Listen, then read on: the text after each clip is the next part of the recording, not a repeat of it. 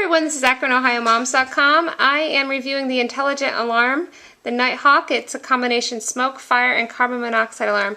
I want you to be able to hear how this audio works. There is a button here in the middle that you can push. You should test it weekly just to make sure everything's good. And this is going to let you hear how the alarm works for fire and also for carbon monoxide.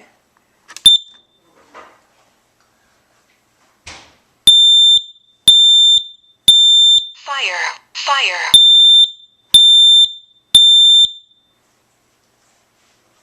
Okay, so obviously that one was for the fire. Warning, carbon monoxide.